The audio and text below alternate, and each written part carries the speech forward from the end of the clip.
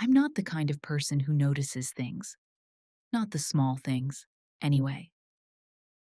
I walk the same route home every night, past the same shuttered shops, step over the same loose paving stone at the corner of Windermere Street, glance briefly at the same illuminated windows before turning onto my own dark, quiet block. My mind is always elsewhere, on deadlines, on bills, on the constant pressure inside my chest that feels like a clock ticking too fast. But that night, something breaks the routine. It's a sliver of light, warm, gold, impossible, shining from a storefront that has been empty for years. The building is wedged between a hardware shop and a laundromat, both asleep behind metal shutters. It's a narrow structure, 3 floors tall, with a bowed window and peeling blue paint that flakes off when it rains. No one has rented it since the old tailor died there 8 years ago. And yet, tonight, it glows. A soft amber glow spills onto the cobblestones, forming a perfect rectangle of light just in front of the door. It feels like a spotlight aimed at me, or a trap, or a mistake. I step toward it. The weathered sign above the door used to say, Edgar's Tailoring. But tonight, the letters shimmer faintly, rearranging themselves like they're breathing. I blink, and the words settle into something new. Moonlight Bakery, open from dusk to dawn. I stare at the sign, then at the windows. Behind the old bowed glass, shadows move. Slow, deliberate, human. The smell reaches me next. A warm, sweet scent, like butter melting on hot bread, with something else beneath it. Vanilla, citrus, something floral I can't quite place. It's impossible. No one renovated this place. No one moved in. I walk past it every night. I would have noticed. Wouldn't I? I put my hand on the doorknob. It's warm. Before my mind catches up, I'm inside. The first thing that hits me is the warmth. Not just heat, warmth. The kind that wraps around you like a blanket. The walls are painted in soft cream and deep navy, with shelves lined with jars of glowing sugar crystals and tiny glass bottles filled with liquid starlight. Or maybe it's just light reflecting off the glass. I can't tell. Round tables sit near the window, each with a single candle that flickers, even though there's no breeze. The floor is dark wood, polished so perfectly it reflects the lights above. And behind the counter, someone is watching me. A baker, I assume, but not like any baker I've seen.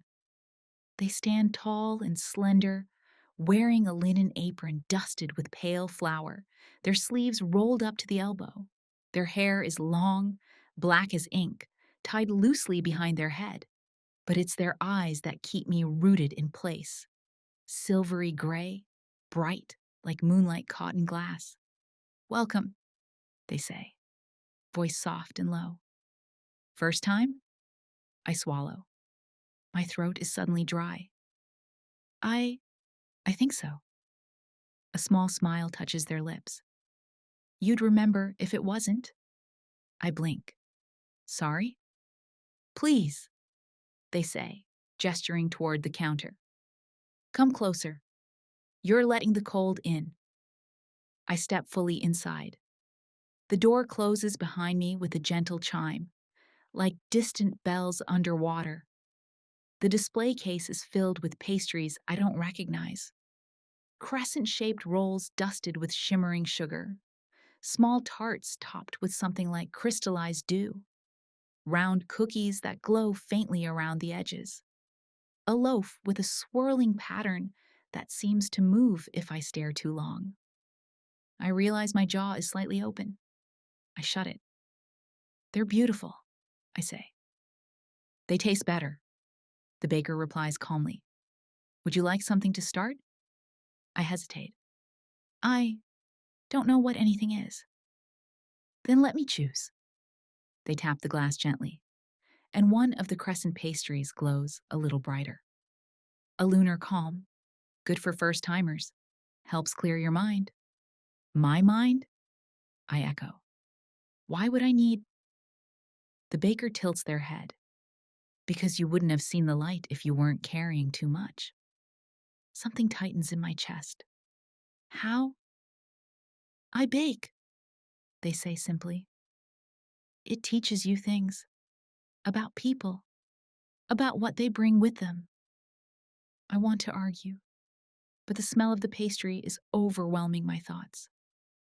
Okay, I breathe. I'll try it.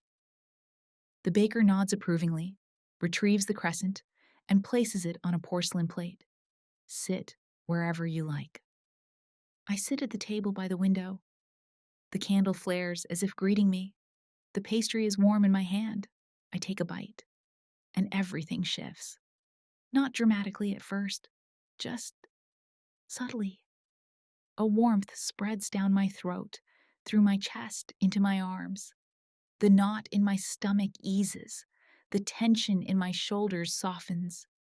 It feels like sinking into a warm bath after being cold for too long. I exhale without realizing I was holding my breath.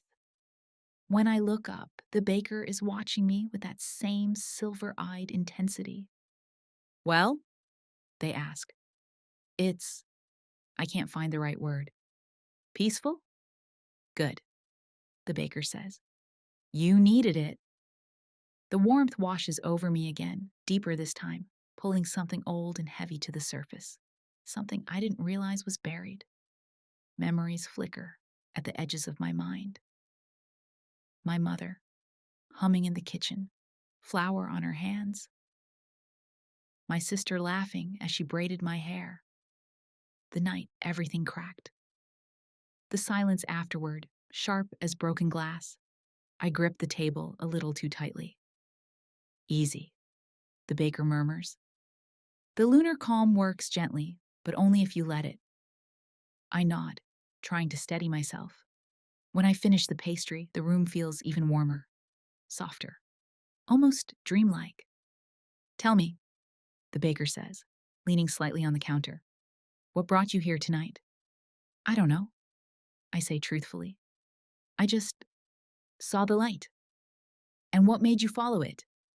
They ask.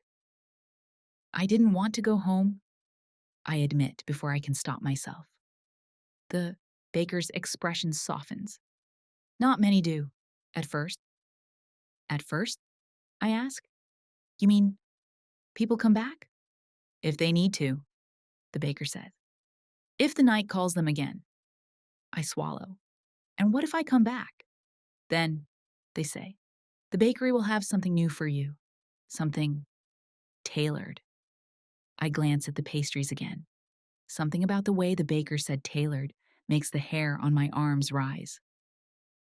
What is this place? I whisper.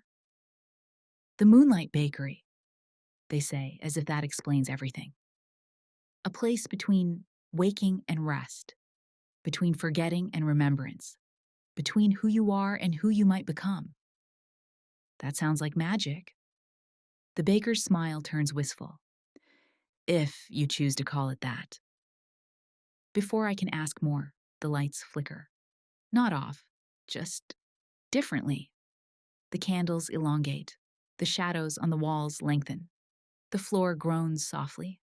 A breeze sweeps through the room despite the windows being closed. The baker straightens. Someone else is coming, they say quietly.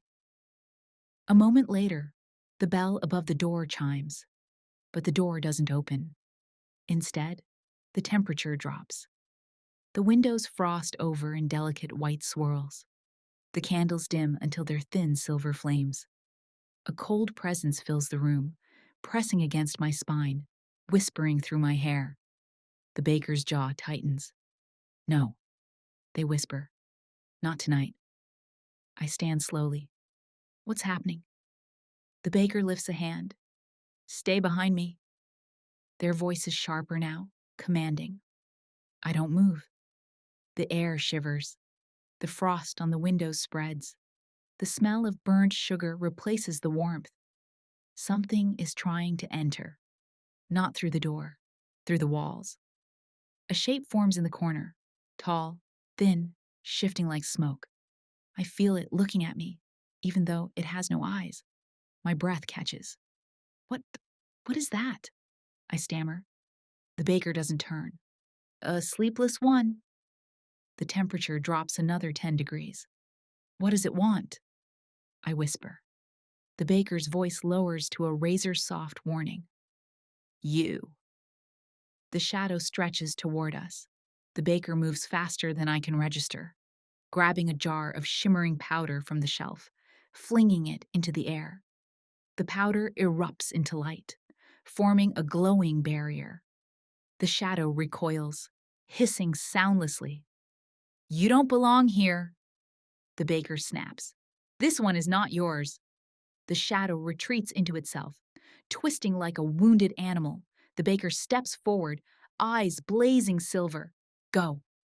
The shadow shatters into black dust. Silence. Slowly, the room warms again. The candles regain their golden glow. The frost melts from the windows. I release a breath I didn't know I was holding. What was that?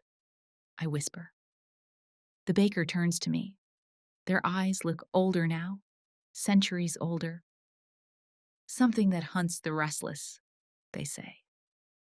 Something that slips through cracks when people carry too much sorrow into the night. I shiver. It was here for me? Yes. Why? The baker steps closer, studying my face. Because, they say, you have been walking very close to the edge without realizing it. My stomach drops. What edge? I ask. The baker doesn't answer immediately. Instead, they gently place a warm hand on my shoulder. Not tonight, they say. Tonight you rest. Tomorrow, if you return, we begin. Begin what? I ask. Your binding. My what? The baker smiles softly, almost sadly. You asked what this place is, they say. It is a threshold, and those who cross it always owe something. My pulse spikes. Oh? What do I owe? You'll know, they whisper, when the moon is full again. The candles dim, the warmth fades. The walls blur, and before I can speak, the floor falls away. I wake in my bed, breathless, sweating, the taste of moon sugar still on my tongue. Outside my window, the first light of dawn paints the sky pale gold. I sit up slowly, heart pounding. And on my nightstand, where there was nothing before, sits a small, glowing crescent of pastry, still warm, still real. And beside it, in looping handwriting, come back when ready. M. I stare at the note until my hands stop shaking. I don't know who M is. I don't know what the sleepless one wanted. I don't know what a binding means, but I know one thing. Tonight, I'm going back. I have to, because something followed me home, and the shadows in my apartment are moving. I don't go to work the next morning. I try. I really do. I put on my shoes, grab my coat, and stand in front of my apartment door with my hand on the knob, willing myself to behave like a normal person who did not dream or hallucinate an entire magical bakery that may or may not exist. But the shadows in the hallway move, not dramatically, not like in a horror movie, just a ripple, a soft bend, a twist like a reflection in stormy water. So faint I might convince myself it was nothing. But I feel watched, not by a person, by absence, by something cold and hungry. I lock the door again. By noon, I've paced my living room enough to wear a path in the rug. I keep glancing at the thing on my nightstand, the pastry crescent, glowing gently like moonlit bread. I can smell it from across the room. Warm sugar, citrus, a faint floral note that reminds me of the bakery's air. It's real, or real enough. I sit on the edge of my bed, staring at the note. Come back when ready. M. the baker. I don't know their name. I don't know what they are. I don't know what I am to them, customer, project, prey. But one thing is clear. If I don't go back, the shadows will. They already are. I shower, dress, and try to eat something normal. The toast tastes like cardboard in my mouth. My stomach is tight, restless, waiting. The day passes slowly. The moment the sun sets, something inside me clicks. A quiet certainty settles in my bones. I need to go. Not want, need. The moon is rising as I leave my building, pale and full, a washed out disk floating over the rooftops. The streetlights flicker when I walk past them. The night hums like a low whisper. When I reach Windmere Street, the bakery glows. Just like before. Exactly like before. Warm golden light, soft as candle flame. My breath catches. This time, I'm not afraid. This time, I'm relieved. I open the door. The bell's gentle chime washes over me like a sigh. Everything is the same. The warm smell, the polished wood floors, the candle-lit tables. Except the air feels different, thicker, as if the walls are breathing. The baker is behind the counter. They lift their gaze the moment I step in. Their silver eyes brighten with something like approval and something like worry. "You came," they say softly. "You left something on my nightstand," I reply. Their lips twitch. "Yes." "That wasn't normal." "Nothing here is." I swallow. "Was that thing, the shadow, from last night? Real?" "Yes." "Is it following me?" A long silence. "Yes." My hand grips the back of a chair. "It's in my apartment," I whisper. "Or near it. Or something. I keep seeing movement where there shouldn't be any. And, at night, you dream of dark corridors." The baker finishes. "Of cold air. Of gaps in the walls." I stare. "How do you know that?" "Because it watches your dreams," they say. That's how they hunt. They slip into the cracks left by sleeplessness. The baker moves around the counter with slow, graceful steps. They stop in front of me, close enough that I can see light reflecting off the specks of flour on their apron. Sleep is not just rest, they say. It is a boundary, a door. When that door is weak, things get in. "And you keep them out?" I ask. "When I can," they say, voice tightening. "When people let me." I breathe slowly, letting the warmth of the bakery calm the storm in my chest. "What do I do?" I ask. "To begin," the baker says, "you eat." They gesture to one of the tables. "Sit." I sit. The baker returns with a small round pastry, puffy, golden brown, sprinkled with something like powdered starlight. They set it in front of me. "What's this one called?" I ask. "A nightward bun," they say. "It strengthens the mind, sharpens the internal boundary." "So, it stops the shadow from getting in?" "If you let it," they say. "Magic?" They hesitate, then correct themselves. "Dreamcraft responds to intention." "What does that mean?" "It means it won't help you, unless you want to be helped." I pick up the pastry. It's warm, soft. The scent makes my hands tremble. I take a bite. It hits harder than the first one. A wave of clarity floods my mind, like someone pushed open a window inside my skull and let cold air rush in. My breath hitches. My heartbeat slows. A pressure I didn't even notice behind my eyes releases. Images flicker behind my vision. A hallway, a door, a child's voice crying, a night so dark it feels alive. Then, cold fingers brush my shoulder. I flinch, nearly choking on the pastry. "Easy," the baker says, placing a gentle hand on my back. "The nightward bun clears paths. Sometimes that means seeing things you forgot you saw." "I didn't forget," I whisper, trembling. "I buried it." "Yes," the baker says softly.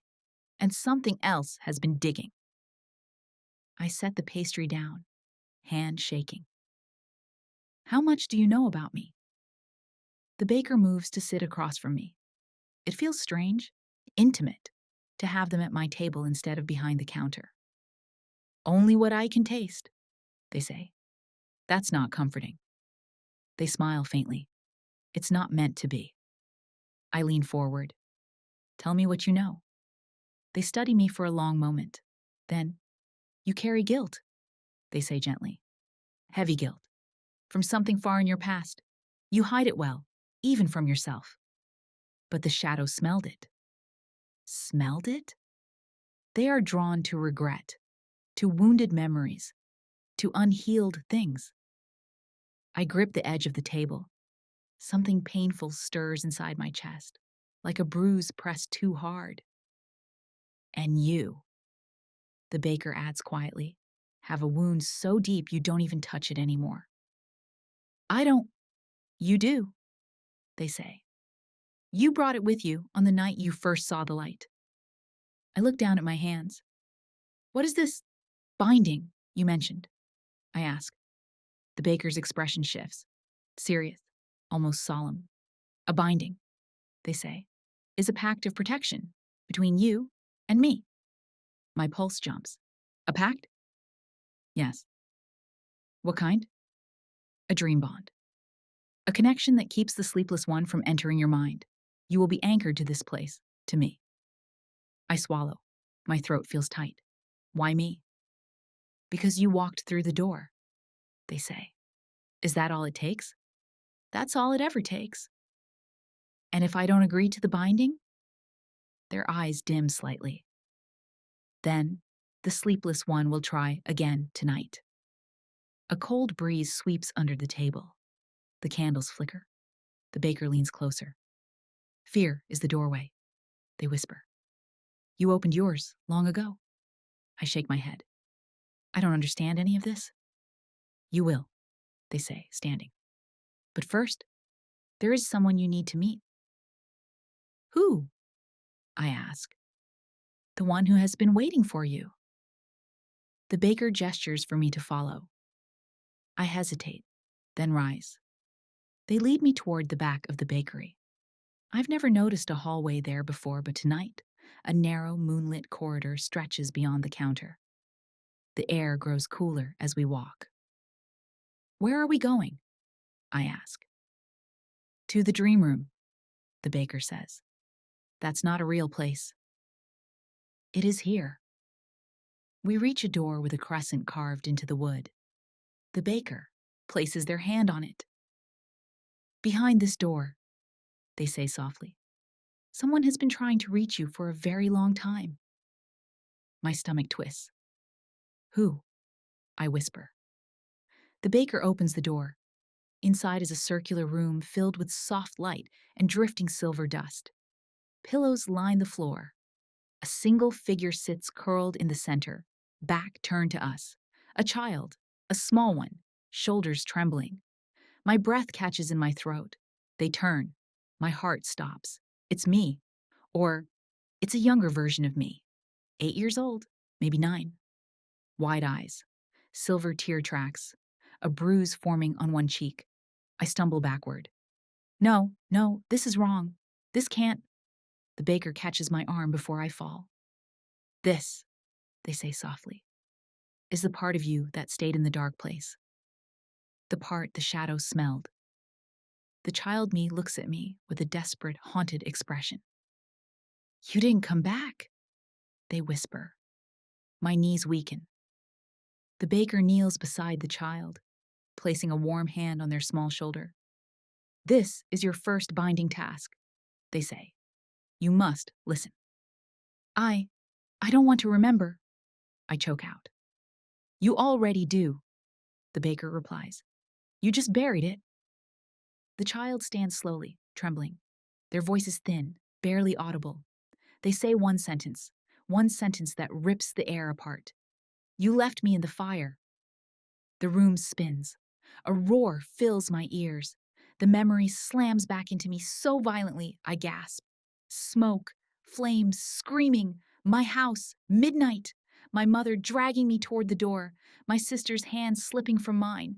Heat, cracking wood, me running, her stuck, me running, her crying, me running, her fading. I collapse. The baker's arms catch me before I hit the ground. My chest feels like it's being crushed. The memory I've spent my whole life avoiding wraps around me like chains. The child is crying silently. You left me, they repeat. You left us. My voice breaks. I couldn't. I was just. You were alive, the baker says gently, and you blamed yourself for surviving. I shake my head wildly. I don't want this. I don't want to remember. I can't. You can, the baker says. You must. Or the shadow will consume what you refuse to face. I cover my face with my hands, shaking. The child me walks closer. Their fingers touch mine. A spark passes between us. And suddenly, I feel their terror, their pain, their loneliness. How they screamed my name until their voice broke. How they believed I abandoned them. How that moment split me in two. The child who burned and the adult who ran. I gasp for air.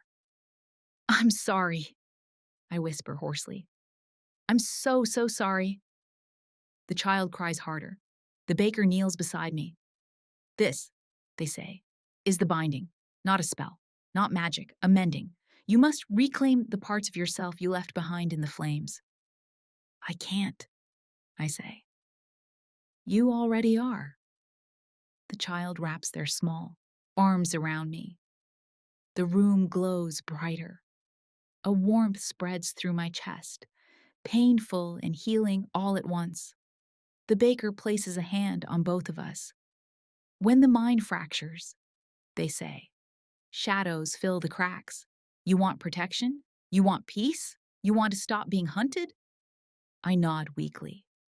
Then you must gather your pieces, they whisper. All of them.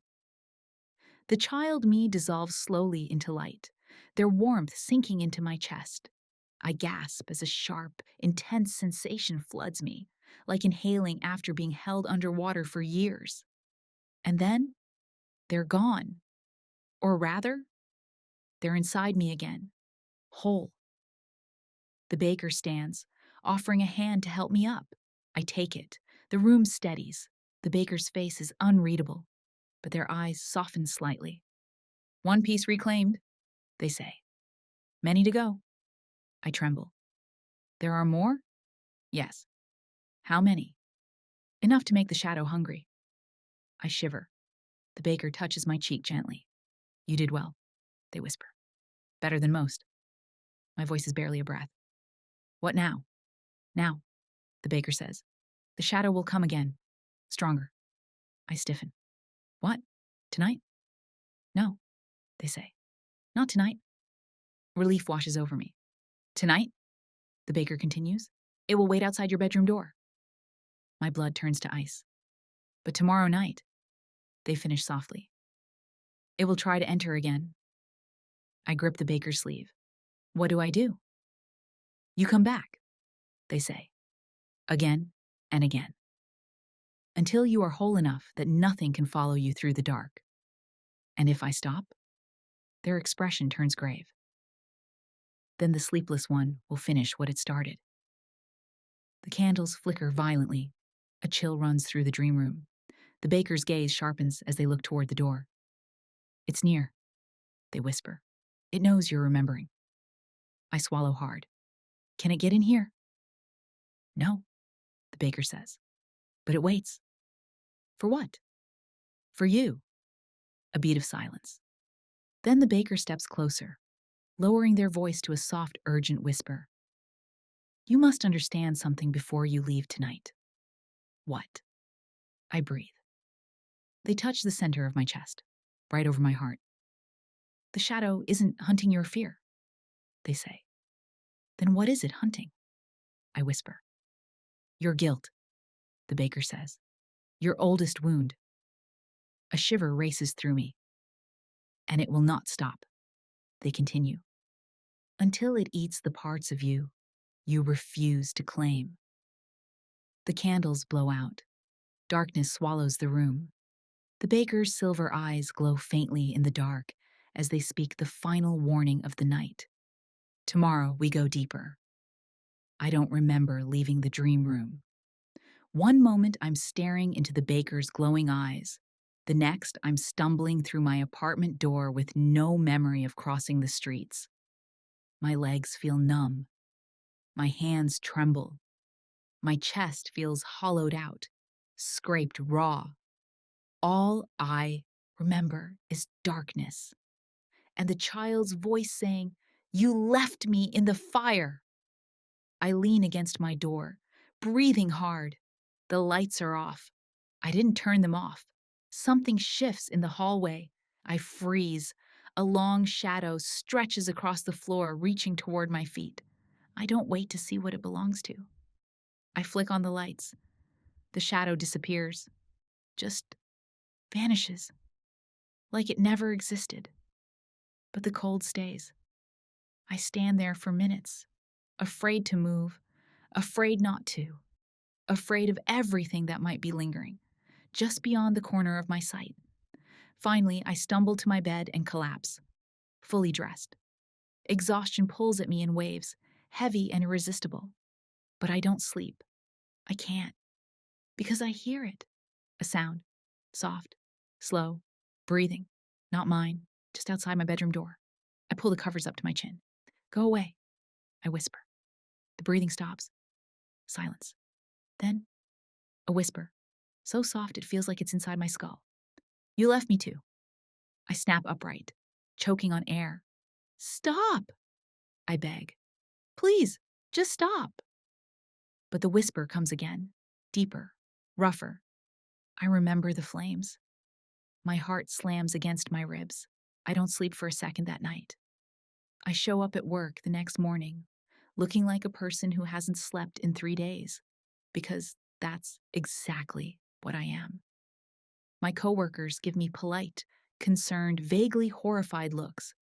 My manager calls me into her office. "You need time off," she says. No room for argument. "Whatever's going on, you need rest." Rest. The word feels like a sick joke. I nod. She signs some forms. I walk out with 2 weeks of sanctioned absence and the unmistakable sensation that I'm unraveling. The moment the sun sets, I leave my apartment with the desperation of someone fleeing a burning building. Windmere Street is darker than usual. The moon is a thin silver blade above me. The streetlights flicker again. The bakery is glowing. My breath releases in a shudder. I push inside. The bell chimes its familiar soft note. The baker stands behind the counter as if they never moved, never breathed, never existed outside the exact moment I walked in. "You look tired," they say. "I didn't sleep," I reply. Their eyes soften, just slightly. "It watched you." "Yes." It whispered. "Yes." "And you came back." I swallow. "You told me to." "I didn't." They correct gently. "I said you must, but you chose." "I'm not sure I did," I whisper. The baker steps forward. "Sit," they say softly. I obey. They bring me a cup of something steaming, pale, milky, smelling faintly of chamomile and honey and something magical. "What's this?" I ask. "A moon melt brew," they say. "It helps with truth." I hesitate. "Truth?" "Yes." "You're saying I've been lying?" The baker meets my eyes. "You've been running." I grip the cup tighter. "So what happens tonight?" I ask. "Tonight," the baker says, "we find the second fracture." My stomach drops. "Second?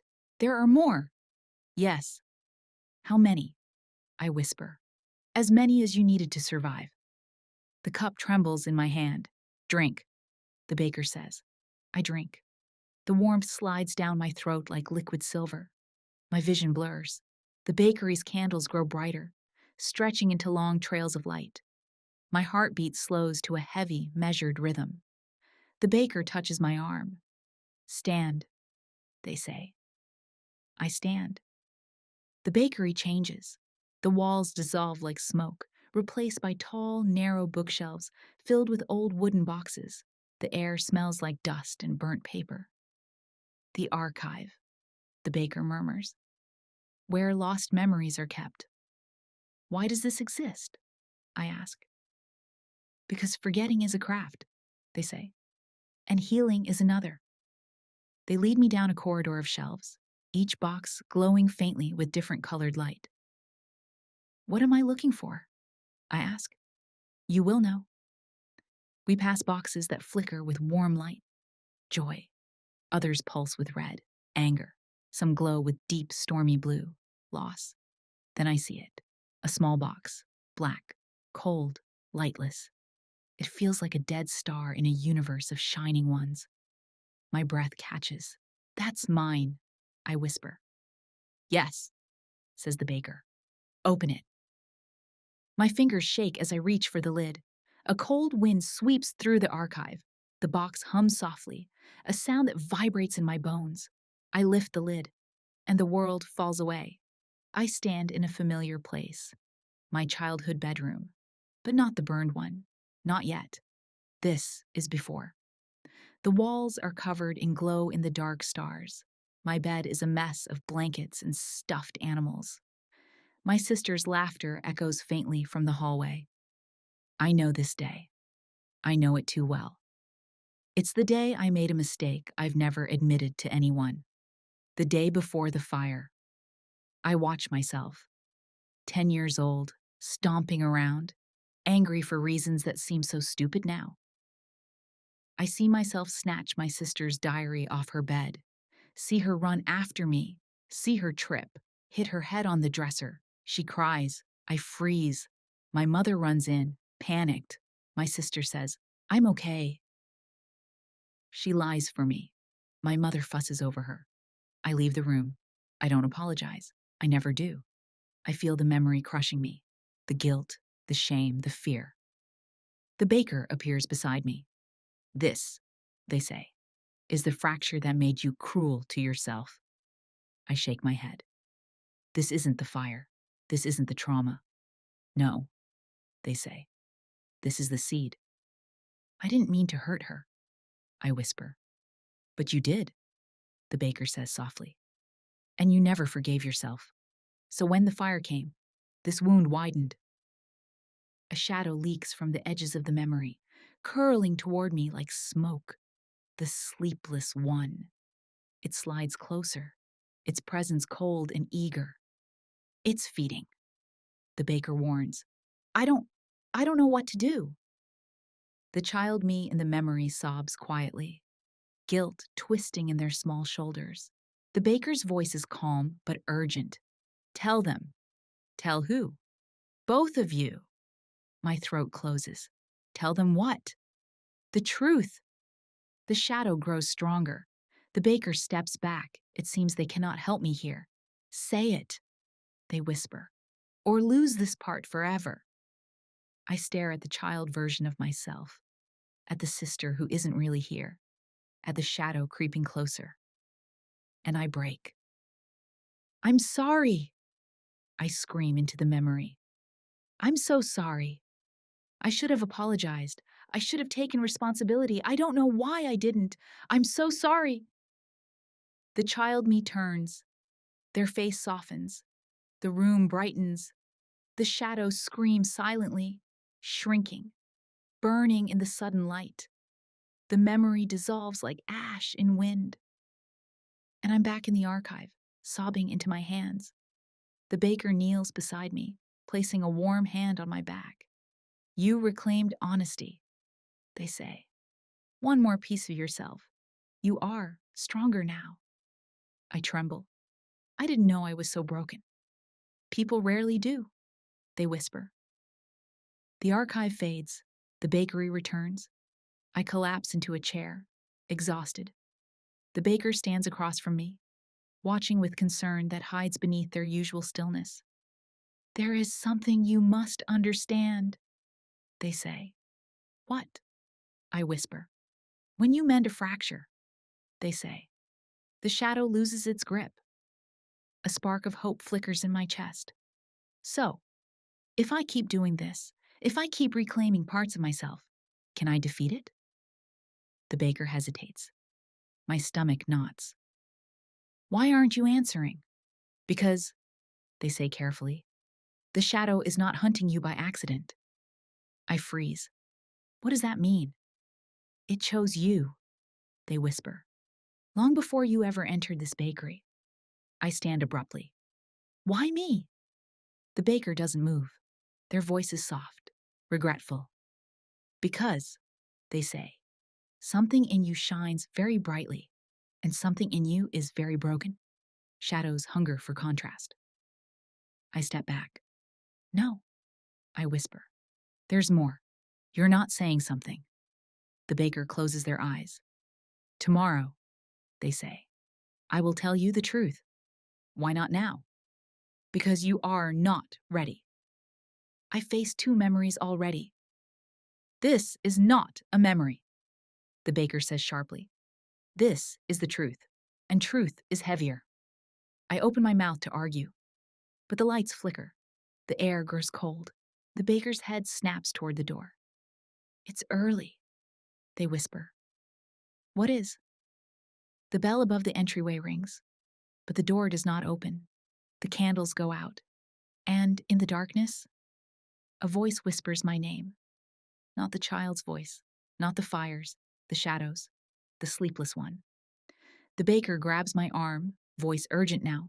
Do not look at it. I clamp my eyes shut. Cold fingers brush my cheek. I cry out. The baker pulls me behind them, their voice suddenly ancient and fierce. You may not take this one. Not yet. The shadow hisses. The ground trembles. A wind rushes through the bakery. And suddenly, the shadow is gone. Silence. The candles reignite. The baker turns to me, pale, shaken. It's too strong, they whisper. It shouldn't have been able to enter this far. My voice cracks. Why did it come? The baker looks at me with a sadness I can't decipher. It wants to stop you, they say. From what? From finding the last memory? The last one? Yes. The deepest one? Yes. The one everything else is hiding? The baker lowers their head. Yes. I breathe shakily. Then show me. Not tonight, they say. Tonight you go home. I'm being hunted. I will walk with you, they say, until you're building. You can leave the bakery? Their expression twists. For you, they say quietly. Yes. We walk together into the night. The moon is sharp and bright above us. The shadows on the street cringe away from the baker like frightened animals. We stop outside my apartment building. The baker's hand brushes mine, not accidental. You will dream tonight, they say. Do not fear it. Do not run. Will it hurt? Yes. My breath shakes. And tomorrow? The baker steps closer, their face inches from mine. Tomorrow, they whisper. We find out whether you survive the truth. They turn. They walk away. And as the moonlight glints off their silver eyes, I realize something with bone-deep certainty. The baker is hiding something from me. Something enormous, something dangerous. And whatever it is, it was not the shadows I saw move in my apartment. It was something else. Something that knows the truth the baker won't tell me. Something that whispered to me last night. You left me too. I don't fall asleep. I drop. As soon as I lie down, consciousness collapses like someone yanked the floor out from under me. 1 second, I'm staring at the ceiling, telling myself I won't close my eyes. And the next, I'm standing in the middle of a long, dark hallway. The air is cold, wet, rotten. The walls are too tall, stretching upward into nothing. The floorboards creak under my feet. There's no sound except a slow dripping that echoes through the corridor. A memory corridor, But not mine, not this time. At the far end, a faint light burns, pale, flickering, moving like a lantern swaying in the wind. I take a step. The floor breathes beneath me. Hello? I call out. The sound is swallowed instantly. Another step. The air thickens. Another? Something brushes my shoulder. I spin around. Nothing. Another step. I hear it. A whisper. A single word. Why? I freeze. Who's there? Silence. But the next step forward, the whisper returns. Why didn't you come back? The voice is older than the child's, deeper, more worn. I walk faster now, drawn toward the pale lantern glow. The hallway curves, unnaturally, bending like a spine. Shadows ripple on the walls, stretching and curling as if alive. The light grows brighter. I reach it. A door stands at the end of the corridor. Old, splintered, covered in scratches that look too much like fingernail marks. The lantern hangs above it, metal rusted and swaying without wind. My hand lifts toward the handle. It burns cold, but I turn it anyway. The door swings inward, and the world shifts. I'm in a forest, but not a normal one. The trees are tall and blackened, their trunks charred as if struck by lightning. Leaves fall like ash, dissolving before they hit the ground. The sky above is a dull silver gray, with no sun, no moon, no stars, just emptiness. I feel watched. I turn slowly. Between two dead trees stands a figure. Tall, thin, still. The sleepless one. But this time, it has shape. Limbs, torso. A head tilted slightly, as if analyzing me. Its body's made entirely of shadows, swirling, twisting, constantly shifting. But its eyes are holes. Hollow. Endless. When it speaks, the sound is like wind through a burned house. You remembered. I step back. Stay away from me. It tilts its head farther. You opened the first door, it says. Soon you will open the last. I'm not doing this because of you, I say. I'm doing it so you can't follow me. It laughs, a hollow, bone-deep sound. You think mending yourself will stop me? Child, you never understood. The forest trembles. Ash falls harder. What do you want? I whisper. The sleepless one steps forward, and forward, and forward. Too fast, too close, until its hollow eyes are inches from mine. I want the truth, it whispers. The truth you fear more than fire. A cold hand touches my cheek. I can't breathe. The baker hides it from you, it hisses. They hide everything. My pulse spikes. What are you talking about? It leans in until its mouthless face almost touches mine. Ask them, it says. Ask who they were, before the bakery. I stumble backward, shaking. They saved me, I say. They need you, the shadow replies. And soon, you will know why. The forest cracks. The world buckles. The sleepless one reaches toward my chest. Its fingers sink through skin. I scream. Light explodes. And I wake. My entire room is ice cold. My breath fogs. The window is frosted from the inside. But I'm not alone. Someone is sitting on the edge of my bed. I flinch hard. The figure raises a calming hand. It's me, the baker says softly. I choke on a breath. How did you get in here? They stand slowly. Their silver eyes look too bright, shining unnaturally in the dim light. You screamed, they say. So I came. I wrap my arms around myself. The dream, the shadow, it touched me. The baker's expression hardens. It should not have been able to. He spoke, I say. He told me something. What? The baker asks, voice tight. That you're hiding something from me. The room goes very still. The baker's jaw tightens. Shadows lie, they say. Do they? I whisper. They step closer. placing a warm hand on my shoulder. Some truths must wait. Why? I demand. What is so horrible that I... The baker flinches. Actually, flinches. I'm trying to protect you, they say, almost pleading. From the shadow? I ask. No, they whisper. From yourself. A chill slides down my spine. Then tell me what you're hiding. I can't, the baker whispers. Not until you reclaim the last memory. If I tell you first, you won't survive it. My breath catches. The truth is that bad? The baker closes their eyes. Yes. I sit heavily on the bed. Then tell me what I'm supposed to do tonight. The baker kneels in front of me, taking both my hands in theirs. Their skin is warm, grounding. Tonight, they say, we face the third fracture. My last? No, they say softly. Your last before the truth. The warmth in their hands begins to sink into mine, like the lunar calm had. My mind slows, my fear quiets. But the baker doesn't let go. There is something else, they say quietly.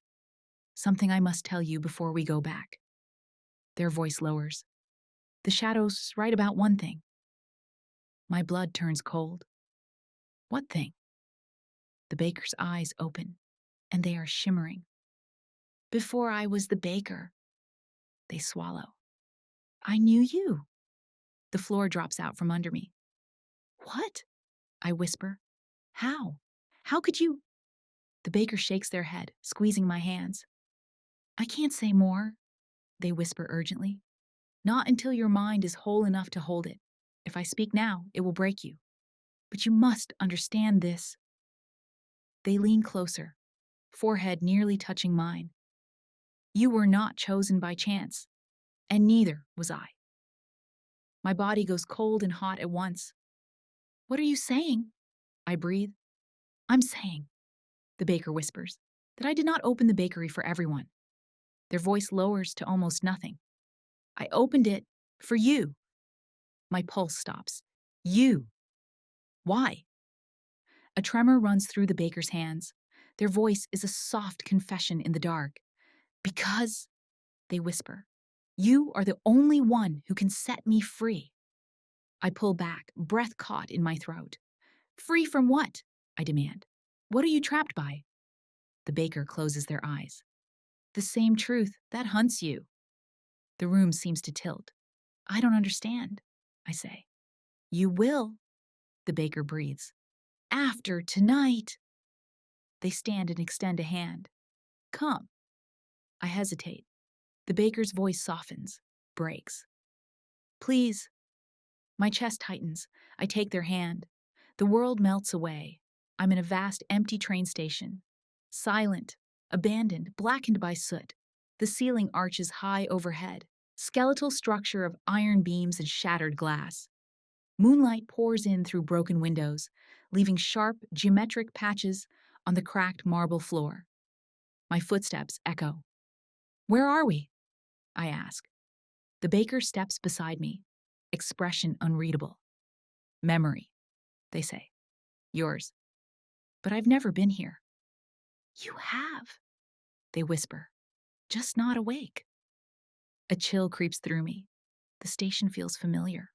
Horribly familiar, like a place I visited in nightmares I could never remember. We walk together across the vast, empty floor. A distant sound echoes, a soft clink, metal against metal. We follow it. At the far end of the station, near the darkened tracks, a small figure sits on the floor. A child. Not me this time. A different child. A girl. 6 years old at most. Dark hair. Thin arms wrapped around her knees. She's crying silently. My breath catches. I know that face. Not from memory, from dreams. I've seen her before. Always in the corner of nightmares, watching me, but never approaching. Who is she? I whisper. The baker doesn't answer. I kneel slowly. The girl lifts her face. Her eyes, burned amber, lock onto mine. You didn't save me either, she whispers. My blood freezes. What? I breathe. I I don't know you. I've never. Yes, she says. You did. She stands on trembling legs. Her shadow stretches unnaturally long across the marble floor. Much too long. Her voice sharpens. You forgot me! Behind me, I hear the baker inhale sharply. Don't listen, they warn. The girl looks directly at the baker, her eyes narrow, and in a voice much too old for her, she whispers, You lied to them. My stomach drops. What does she mean? I demand. The baker steps back. Too fast, too afraid. Do not speak to her, the baker rasps. She's not what you remember. But I don't remember her. The girl tilts her head. You do, she whispers. You're just afraid of what remembering means. The station trembles, lights flicker, wind roars through the broken windows. The girl's small shadow stretches farther and farther until it touches my feet. Cold shoots up my legs. The baker shouts, Don't let her touch you! But it's too late. Her shadow climbs me like smoke. My vision blurs white. A scream tears from my throat, or maybe from hers. The floor cracks. The station collapses. And the last thing I hear is the girl's whisper in my ear. The truth is not what he told you. Darkness slams shut like a door. I wake on the bakery floor, sweating, screaming, shaking. The baker kneels beside me, frantic, hands glowing faintly as they press against my temples. Look at me, they whisper. Stay with me. Stay. Please, stay. My breaths come in ragged gasps. The girl, I choke out. Who was she? Why did she say you lied? Why did she say I forgot her? The baker's face collapses into a look of heartbreak. I can't tell you yet, they whisper. If I do, the shadow will hear, and then it will take everything. Tears sting my eyes. I need to know. You will, they say, voice cracking. Tomorrow. I swear it. Why not now? The baker wipes a tear from my cheek with trembling fingers. Because, they whisper, the truth will break you. Their voice lowers. And I need to put you back together first. I stare at them, shaking. Then what happens next? The baker exhales slowly. Tonight was your final fracture, they say. Tomorrow, we face the truth. All of it. My heart races. And after that? The baker's silver eyes meet mine. After that, they whisper. Everything ends. I don't remember walking home. One moment, I'm collapsing on the bakery floor. The baker's trembling hands holding my face together like I'm made of shattered porcelain. The next, I'm in my bed with no memory of crossing any street, climbing any stair, unlocking any door. I lie awake until dawn. Every time I close my eyes, I see the girl in the abandoned station. Her two old eyes, her too long shadow, her whisper, You forgot me. And worse, her voice calling the baker a liar. I don't know what to believe anymore. I don't eat the next day. I don't drink. I don't try to sleep. I just sit at my window, staring at the sun crawling across the sky like it's guilty of something. Every sound makes me flinch. Every shadow makes me tense. At 6 p.m., the sun dips. At 6:27, the sky bruises purple. At 7:03, the first thin slice of the moon rises. At 7:04, I leave my apartment. I walk like someone being pulled by an invisible thread. Maybe I am. Windmere Street is silent.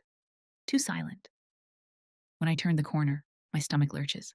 The bakery is glowing. But wrong. The glow isn't warm, isn't golden. It's pale, cold, silver white, like frost on a grave. I push the door open. The bell doesn't chime. The bakery is empty.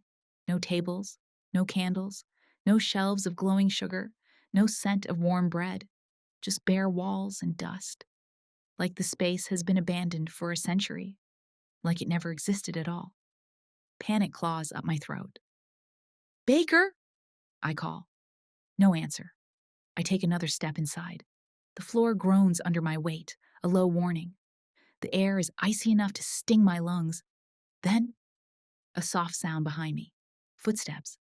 I whirl around. It's the baker, but not the version I know. This one looks older, worn, like the moonlight drained them dry. Their apron is gone. Their clothes are torn. Their silver eyes are dim, like dying coals. I take a step back. What happened to you? They lift a hand. Don't, they whisper. Don't come closer. My heart stutters. Why?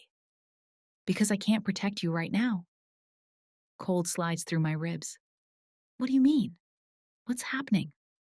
What happened to the bakery? It's between forms, they say. Changing. Preparing. For what? For the truth. Their voice cracks. And what comes after? I swallow hard. The girl? Who was she? The baker flinches like the name is a blade. She wasn't a girl, they say.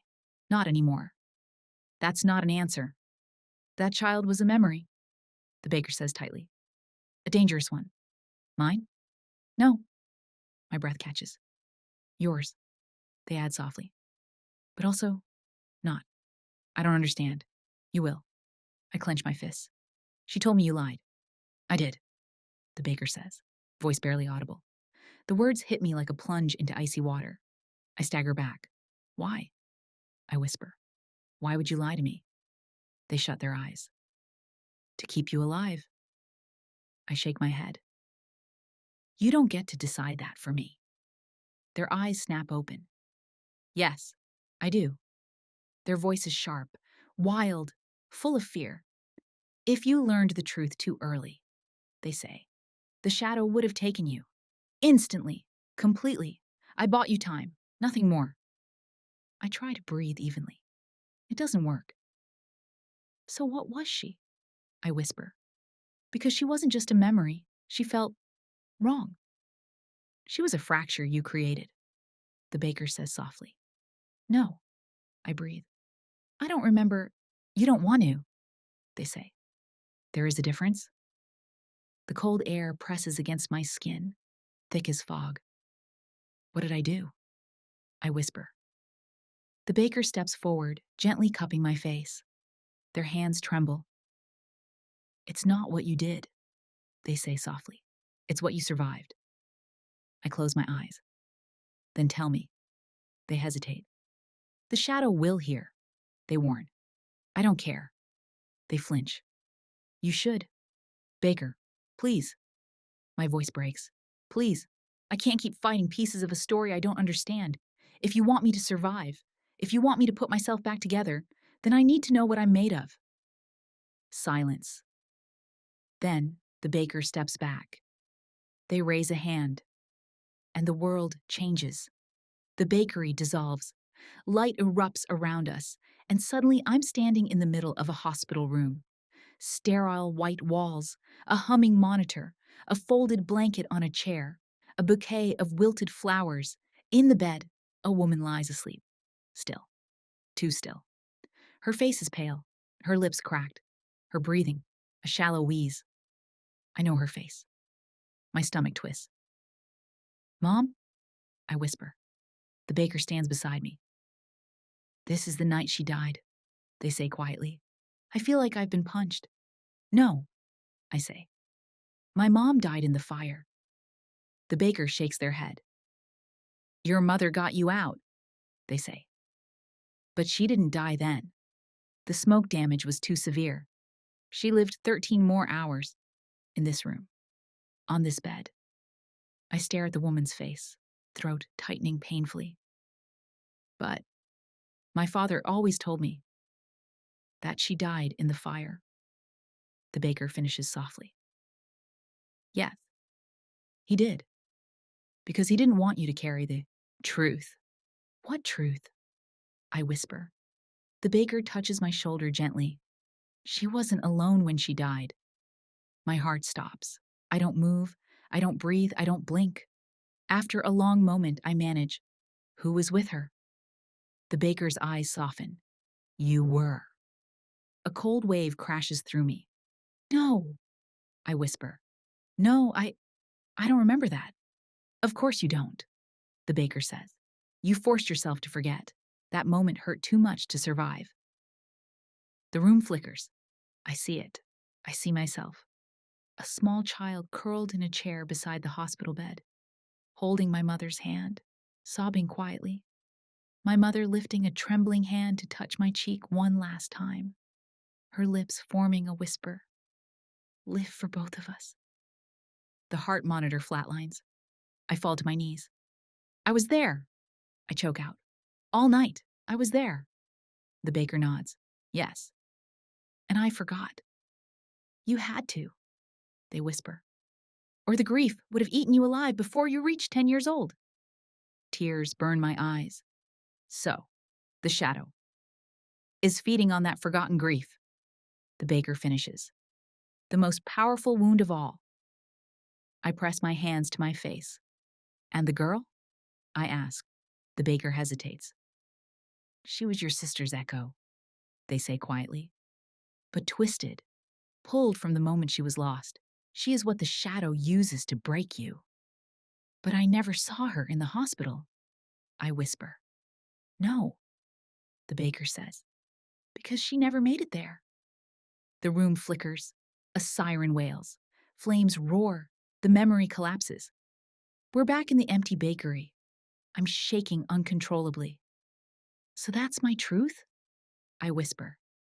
That my mother died with me sitting right there? That I forgot? That the shadow uses my grief to... No, the baker says softly, kneeling in front of me. That is only the beginning. Their eyes shine silver. Now, they whisper, you must learn the truth about me. The air freezes. My breath stops. The baker lowers their head. When I told you I knew you before the bakery, they tremble. I meant it. I stare at them, heartbeat hammering. Who were you? I whisper. The baker lifts their gaze, and I'm not prepared for what I see. Not the silver eyes, not the flicker of old pain, but recognition, familiarity. And then, their voice breaks. I was there, they whisper. The night of the fire. My entire body goes cold. I wasn't a baker then, they continue. I wasn't anything magical. I was... They swallow. I was the person who tried to save your sister. The floor tilts. What? I breathe. I carried you out, they say. I went back for her. I almost reached her. But the beam? Their voice shatters. I stare. No, I whisper. That's impossible, that's... The baker touches their chest. And for the first time, I see it. A burn scar. A deep one. Old, faded, shaped like a falling beam. I stagger back. You? I whisper. It was you. You were there. You tried to... Yes, they say, tears finally slipping down their cheeks. And I failed. No, I say. No, you. I failed. They repeat, voice cracking. I couldn't reach her. I couldn't save her. And I carried that guilt into death. The world goes silent. I feel like I'm drowning. In death? I whisper. The baker nods once, slowly, painfully. I died in that fire, they say, trying to reach your sister. Cold explodes through my veins.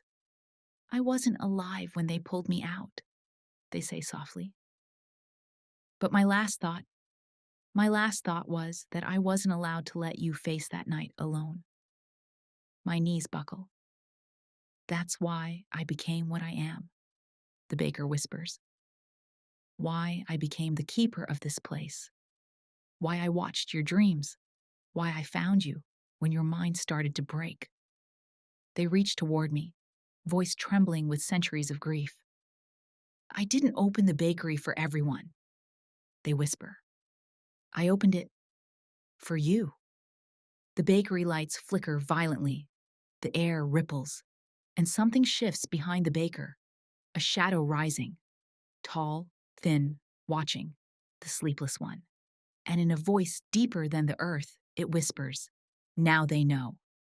The baker grabs me, pulling me close. Their voice is a broken scream. Run! The baker's scream rips through the empty bakery. Run!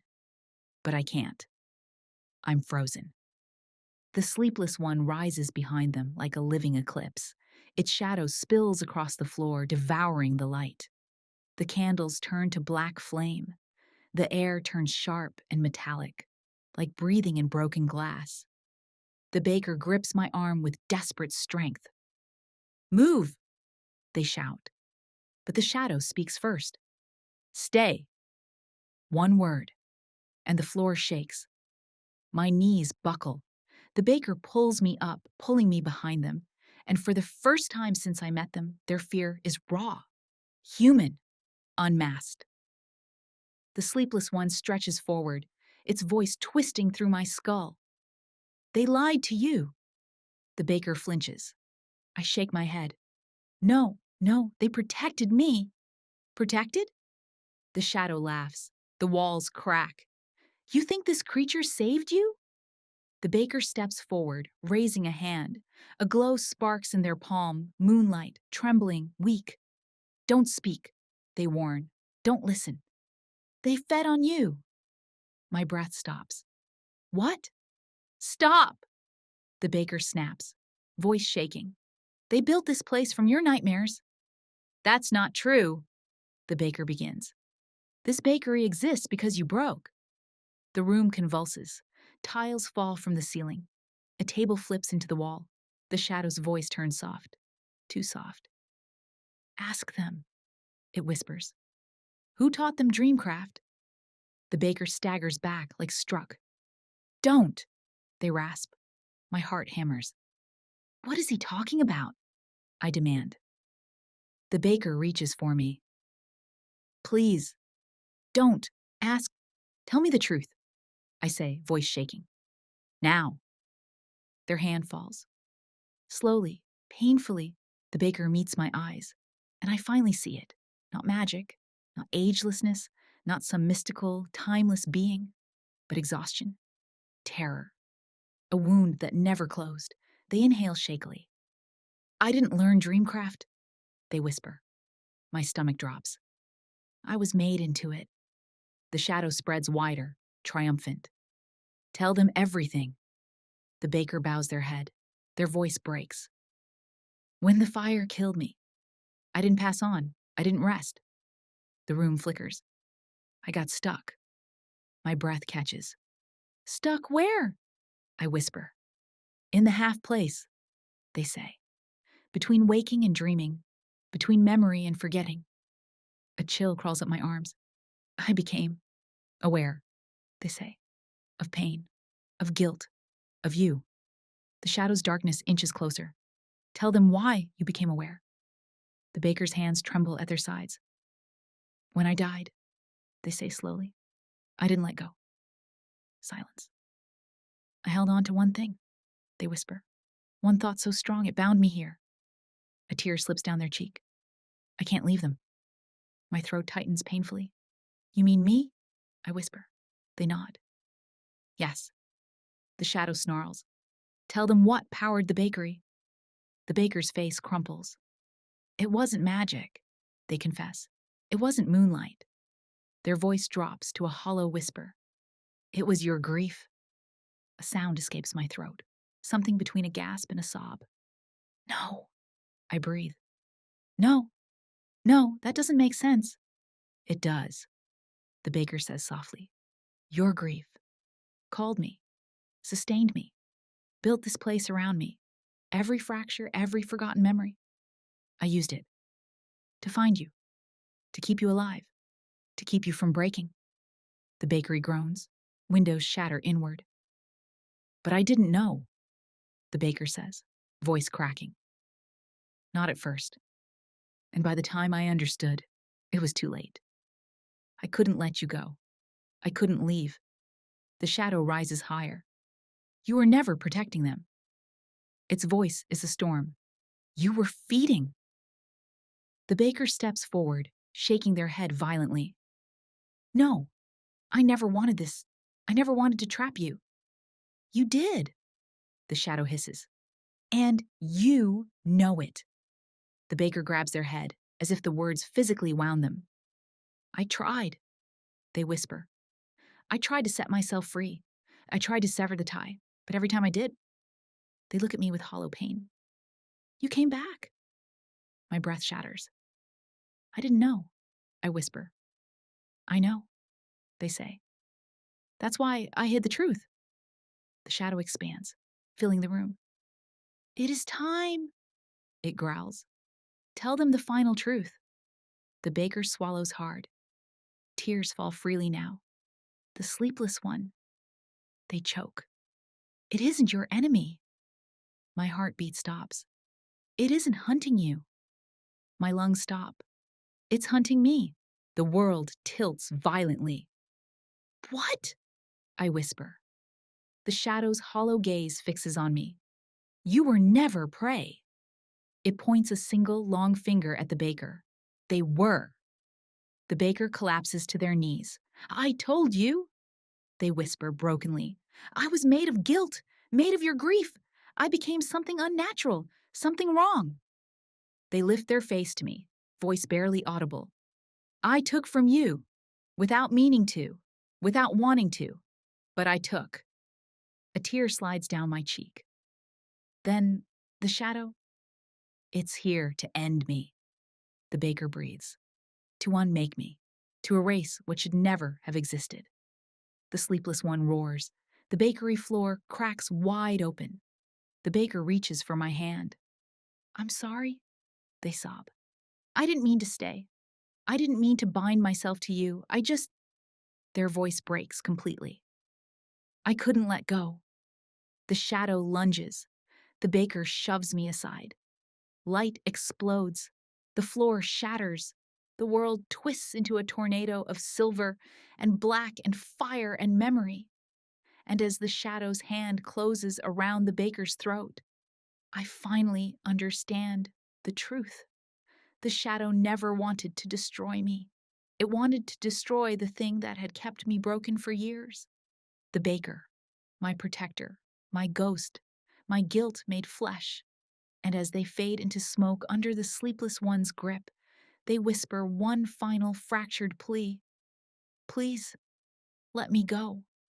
The bakery implodes. I scream their name. And the world goes dark. Darkness isn't empty. Not this kind. It's heavy, alive, pulling. I'm falling through it. No sound, no breath, no warmth, just the echo of the baker's last words. Please, let me go. And then I hit ground. Hard. Open my eyes. I'm lying on cold stone surrounded by impossible darkness. No walls, no sky, no horizon, just blackness stretching forever. But I'm not alone. A faint glow pulses nearby. Silver, weak, flickering. I crawl toward it. The baker lies on the ground, curled into themselves, breathing in shallow rasps. Their skin is dim, their silver eyes dull, their body flickering, like they're barely holding shape. They look fragile, breakable, human. Baker, I whisper, reaching out. They flinch from my touch, not out of fear, but out of pain. Don't, they breathe. I can't. Hold form. My throat tightens. What is this place? What it looks like? They whisper. The space between. Between what? Between life and what comes after. They swallow. And where things like me go when we're done. Cold fear coils in my stomach.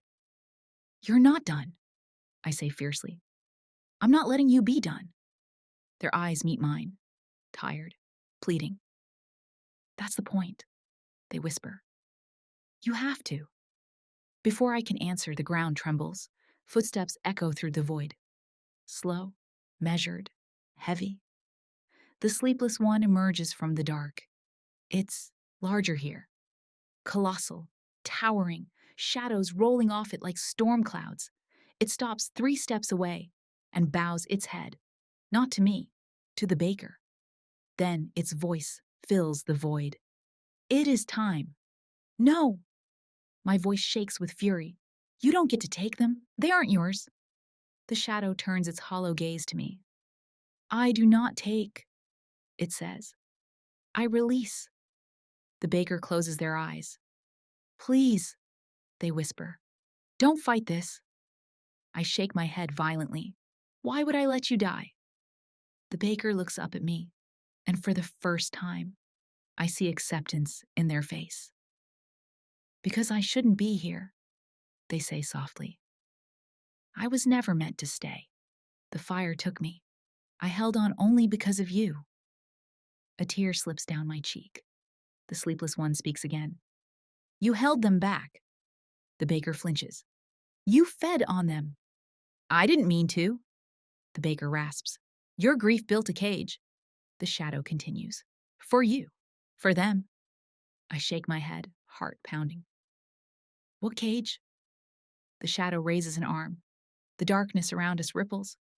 And then it becomes something else. My apartment, my street, the hospital, the fire, the bakery, all layered, twisted, looping. A prison made of every memory I was too afraid to face. I stagger back. This was all mine? I whisper. Not your fault, the shadow says. But your creation. And the baker? I ask. The shadow looks down at them. Their soul anchored itself to your pain. That is how dreamcraft begins. The baker trembles. I'm sorry. They whisper again. I never wanted this. I only wanted you to heal. And I didn't know how. I fall to my knees beside them. I needed you. I choke. You saved me. No, they whisper. You saved yourself. I only held the pieces in place. The sleepless one's voice softens. You both suffered long enough. The words echo through the void. Slowly, the shadow extends a hand toward the baker. A hand made of nothing. A release. The baker looks at me with a heartbreaking softness. You must let me go. I shake my head. I can't. You can, they whisper. Because you're not alone anymore. You're whole. You faced every part of your past. You don't need me to carry it for you. My voice cracks. But I don't want you to go. Their hand reaches for mine, warm, shaking, fading. I know, they say, tears slipping down their cheeks. But holding on to something that's gone is how we drown. Letting go is how we breathe. The sleepless one lowers its hand, waiting. The baker grips my fingers one last time. Say it, they breathe. Please. I swallow a sob. Say what? Though I know. They close their eyes. Say goodbye. My chest aches so violently I can barely speak. But I do. I'm ready, I whisper. The baker smiles, a small, tired, beautiful smile. Then I can rest. I take a trembling breath and say the words neither of us ever wanted to say. Goodbye. Light erupts. The baker's hand slips from mine.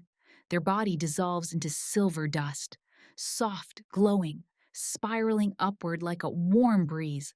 The dust lifts, rises, drifts into the shadow's waiting hand. And then, the sleepless one closes its fist. The glow goes out.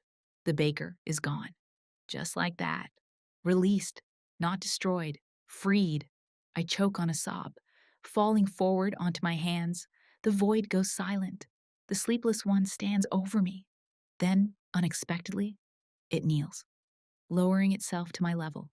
Its voice is quiet, not a growl, not a threat, a truth.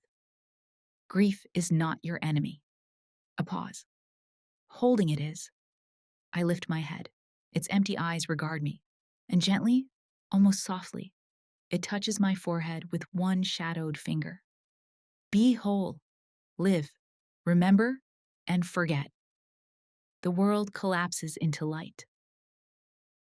Then I wake in my bed. Sunlight pours through the window, warm, golden, ordinary.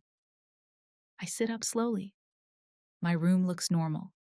No frost, no shadows, no whispers. But there's something on my nightstand, a small paper bag. My breath catches. I open it with trembling fingers. Inside is one thing, a small crescent pastry. Simple, warm, not glowing, just bread. And a note, in handwriting I know too well. Thank you, M. My throat tightens. A tear falls onto the paper. I lift the crescent pastry to my mouth and take a bite. It tastes like sweet dough, like warmth, like forgiveness, like goodbye. And then, for the first time in years, I breathe fully, deeply, and the world doesn't hurt. That night, I walk past Windmere Street at dusk. The building where the bakery stood is empty again. Dusty windows, appealing for lease sign, no glow, no candles, no bell. I place my hand on the door.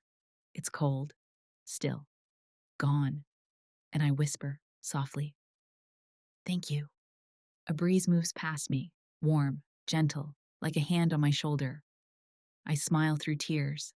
Then I turn and walk home, alive, whole, awake.